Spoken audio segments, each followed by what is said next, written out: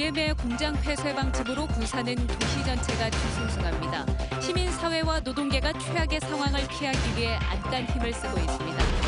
한국 GM 사태가 광주 경제에 미칠 영향은 크지 않을 것으로 보이지만 결코 남의 일이 아니라는 지적이 나오고 있습니다. 5.18 진상규명특별법이 국회 국방위를 통과했습니다. 오는 28일 본회의를 통과할 것이라는 전망이 우세한 가운데 강제조사권이 빠져 아쉽다는 반응도 나왔습니다. 올해 5.18 기념행사의 슬로건이 보아라 5월의 진실, 불어라 평화의 바람으로 정해졌습니다. 여러분 안녕하십니까? 광주 MBC 오늘의 뉴스는 다소 뜬금없을지 모르지만 전북 군산의 얘기로 시작합니다. 조선과 자동차로 한때 잘 나가던 군산이 희망 잃은 도시로 변한 데는 대기업 제조업에 의존하는 경제 구조가 한 요인이 됐죠. 광주도 이런 점에서 별반 다르지가 않은데 그렇다면 군산이 광주에 던지는 메시지가 무엇인지 먼저 송정근 기자가 군산의 구석구석을 둘러봤습니다. 지난해 7월 폐쇄된 군산 현대중공업 인근 상가. 점심시간인데도 사람의 발길이 드물고 상가 곳곳이 텅 비어 있습니다. 유령도시로 변하면서 인근 상가들이 직격탄을 맞았습니다. 아우 힘들어갖고 막 죽겠어요 지금. 이거 어떻게 살아야 할까? 어떻게 살았까 지금 마음이 캄캄해. 여기에다 최근 GM 군산 공장 폐쇄 방침은 지역 노동계는 물론 지역 경제 전체를 공황으로 내몰고 있습니다. 군산 공장 폐쇄 방침을 즉각 철회하라! 공단에서 멀리 떨어진 번화가까지도 위기감은 감지되고 있습니다. 지난해 조선소에 이어 불과 8개월 만에 자동차 산업까지 폐쇄된다는 방침이 알려지면서 군산 시민들의 걱정이 커지고 있습니다. 나락으로 떨어지는 지역 경제를 살리기 위해 현수막까지 내걸고 있지만 미래에 대한 불안은 어쩔 수 없습니다. 같이 있는 지역 업체고요. 따로 합쳐업체는 아닙니다. 계셨던 분들도 다 일자리들 같은 게 없어지시니까 저희가 뭐 버틸 게 이거밖에 없는 것 같아서. 군산 지역 총 생산의 16%, 수출의 40%를 차지하는 현대중공업과 GM 두 공장의 폐쇄는 곧바로 2만 명 근로자가 길거리로 나앉을지도 모른다는 우려가 조금씩 현실로 다가오고 있습니다. 근로자 한 명당 2명 정도의 식구가 있다라고 했을 때 한 4만 명 정도, 군산 인구가 지금 28만 선이거든요. 그러면 거의 10% 이상이 실직 상태에 가는 거고. 조선소 폐업과 자동차 공장 폐업까지 난데없는 경제 혹한을 겪고 있는 군산은 그 어느 때보다 힘든 겨울을 맞고 있습니다. MBC 뉴스 송정근입니다. 앞선 리포트를 보니 피해가 심각한데요. 광주 전남에서도 군산 GM 공장에 납품을 하는 업체들이 있습니다. 금호타이어를 포함해 5개 업체인데요. 이렇다 할 피해는 없는 것으로 알려졌습니다. 왜 그런가 봤더니 GM 군산 공장이 수년 전부터 생산 물량을 줄여왔죠. 그래서 이미 납품을 중단했거나 한다고 해도 군산이 아닌 다른 지역의 GM 공장에 납품하고 있어서입니다. 다만 금호타이어는 올해 납품 예정이던 타이어 5만 개의 생산 차질이 우려됩니다. 이에 대해 금호타이어는 이 정도 양은 연간 생산량의 1%도 되지 않는 물량이라며 피해가 있는 건 맞지만 미약한 수준이라고 밝혔습니다. 그런데 지역의 자동차 부품 업체들은 당장은 아니더라도 GM 사태가 어떤 식으로든 지역 경제에 마이너스 영향을 미칠 거라고 얘기합니다. 군산의 부품 업체들이 지리적으로 가까운 광주로 눈을 돌릴 경우 납품 경쟁은 더욱 치열해지고 심한 경우 납품 단가 인하로 이어질 수 있다는 겁니다. 또 자동차 업종에 대한 대출 규제가 더욱 강화되고 있어 대출 연장을 해주지 않거나 잔금을 빨리 갚으라는 압박이 늘고 있다고 말합니다. 결코 남의 일이 아니라는 건데 세계 경제 동향과 재편되는 산업 구조에 제때 대응하지 못하면 언제든 나와 우리의 문제가 될 수도 있겠죠. 그렇다면 광주는 변화에 제대로 대처하고 있을까요? 계속해서 김철원 기자입니다. 직격탄이 떨어지지 않았다 뿐 광주 지역 경제가 안전지대에 있다고 볼 수는 없습니다. 삼성전자가 광주 공장 생산 라인을 해외로 옮기고 기아자동차가 광주 공장 생산 물량을 줄이고 금호타이어가 몇 년째 회생하지 못하고 있는 식의 경고음이 끊이질 않고 있습니다. 지난 8년 동안 생산이나 출하보다 재고 증가세가 더 컸음을 보여주는 한국은행의 통계치는 광주 지역 제조업 상황이 지속적으로 악화되어 왔음을 보여주고 있습니다. 제조업 생산하고 출하 같은 경우는 작년 10월부터 3개월 연속 감소하는 반면에 제조업 재고는 작년 4월부터 9개월 연속 증가하는 모습을 보이고 있습니다.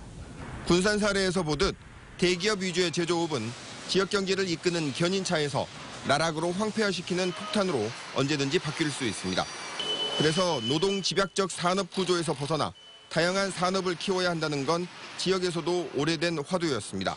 도시가 쇠퇴하고 쇠락해서 뭔가 대안을 내자라는 그런 어떤 움직임들의 어떤 선진 사례들을 보면 과거의 전통적인 어떤 제조 방식이 아니고 어떤 새로운 제조 방식이 될 수 있겠고요.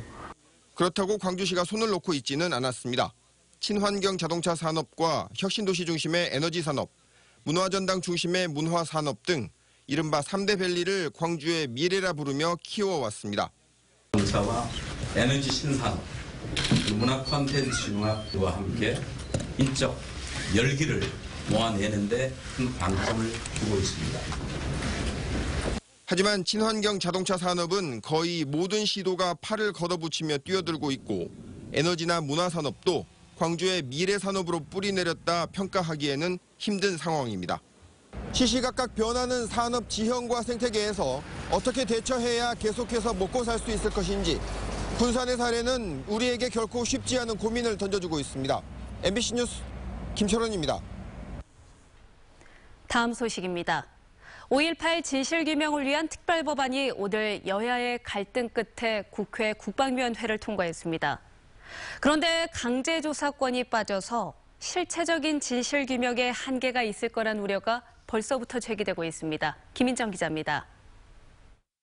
5.18 특별법안이 여야 갈등 끝에 국회 해당 상임위인 국방위원회를 통과했습니다.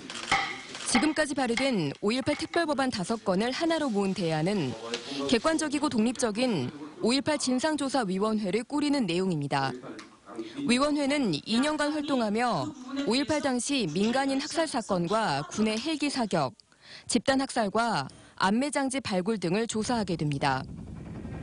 통과된 법안 중 일부는 공청회를 주장하며 제동을 건 야당 측 요구로 수정됐습니다. 일단 진상조사위원회 구성에서 대통령과 대법원장 추천 몫이 없어지고 여야가 반반씩 추천하게 됐습니다.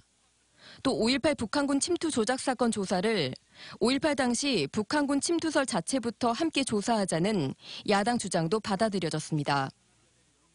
그러나 38년간 입을 열지 않은 핵심 당사자들을 조사하려면 강제 조사권과 동행명령권을 강화해야 한다는 지역민들의 주장은 정작 반영되지 않아 5월 단체들의 우려가 제기되고 있습니다.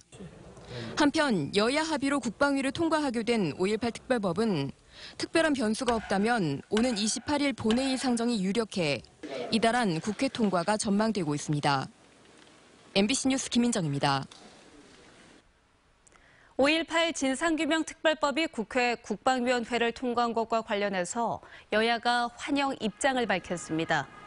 민주당 광주시당과 전남도당은 공동 성명을 통해 특별법의 국방위 통과를 환영하며 5.18 정신의 헌법 전무 수록으로 이어질 수 있도록 최선의 노력을 다하겠다고 밝혔습니다.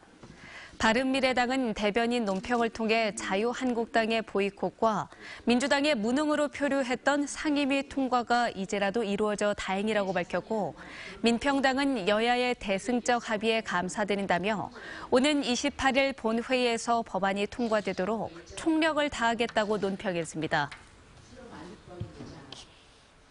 5.18 민중항쟁기념행사위원회는 보아라 5월의 진실, 불어라 평화의 바람을 슬로건으로 올해 38주년 행사를 추진합니다.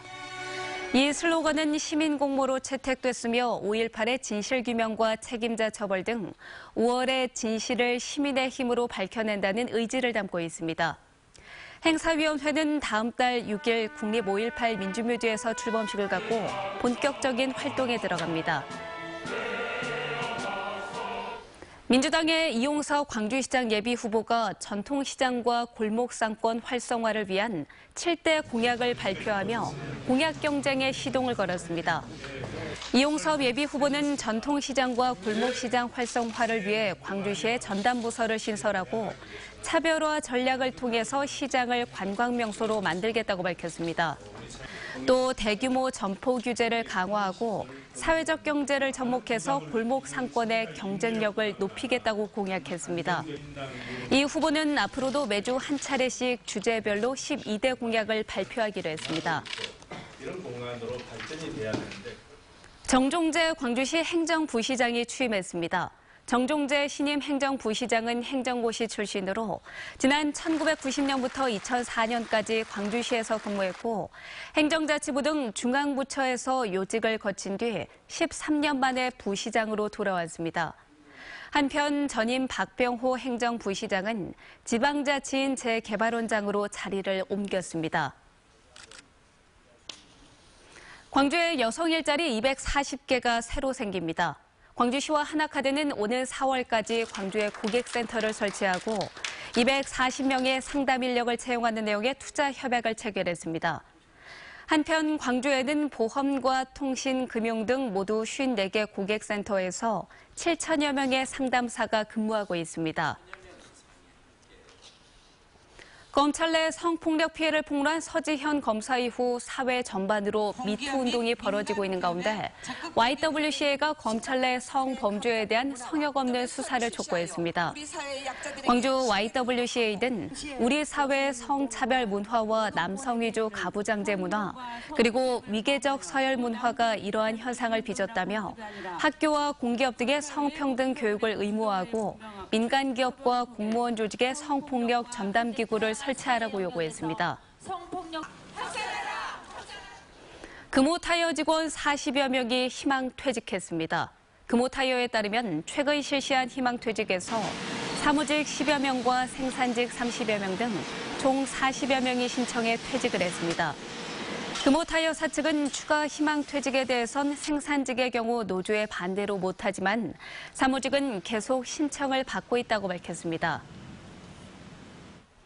광주은행이 고객이 작성하는 각종 신청서를 종이 문서에서 전자문서로 대처하는 시스템을 시행합니다.